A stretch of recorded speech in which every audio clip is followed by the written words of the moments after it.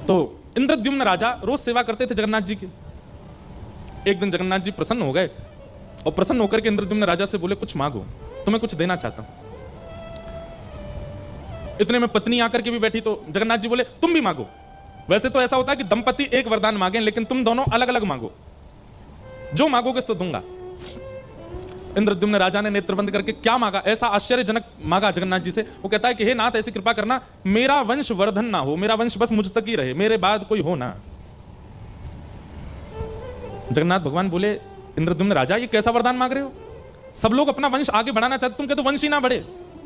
इंद्रद्युम्न राजा बोला कि नाथ, मुझे भय है कि जैसा प्रेम, जैसी भक्ति मेरे चित्त में आपके प्रति है, कहीं मेरे बच्चे, उनके बच्चे या कालांतर में जाकर के उनकी पीढ़ी में अगर वो प्रेम नहीं आया तो लोग बात क्या कहेंगे, ये बिल्कुल जगन्नाथ जी से प्रेम नहीं करते। कौन है? बोले, इंद्रद्युम्न राजा का वंशज है, तो मुझे बहुत पीड़ा होगी। मेरा जैसा प्रेमी मेरे वंश में होगा इसकी मुझे गारंटी नहीं है, इसलिए मेरा वंश बढ़े ना, यहीं रुक जाए, मुझ पे ही अंत हो जाए, ऐसी कृपा करो। जगन्नाथ जी बोले, वाह भैया, तुम्हारे प्रेम की हम बलिहारी, कैसा वरदान मांग रहे हो। ठीक है, तथास्तु। मन ही मन मांगा था, बोला था नहीं। बगल में पत्नी बैठी थी। जगन्नाथ जी ने कहा, तुम मांगो, क्या चाहिए? पत्नी ने वरदान मांगा कि मेरी जैसी भक्ति करने वाला, सेवा करने वाला आपका सेवक और हमारा एक पुत्र जन्म ले। जगन्नाथ जी सोच में पड़ गए, अब क्या करें? पति कह रहा है कि वंश आगे ना बढ़े, पत्नी कह रही है एक बालक हो जाए। इंद्रद्युम्न राजा अपनी पत्नी पर नाराज हो गया, तुम महाप्रभु जगन्नाथ जी से संतान कैसे मांग सकती हो?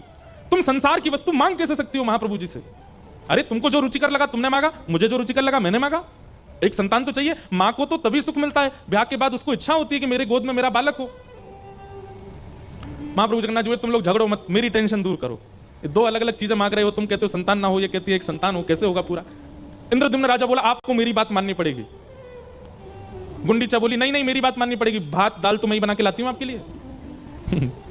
महाप्रभु जी बोले, अच्छा रुक जा, हम तुम दोनों की इच्छा पूरी करते हैं। बोले, क्या? इंद्रद्युम्न ने मांगा कि उसके संतान ना हो, नहीं होगी।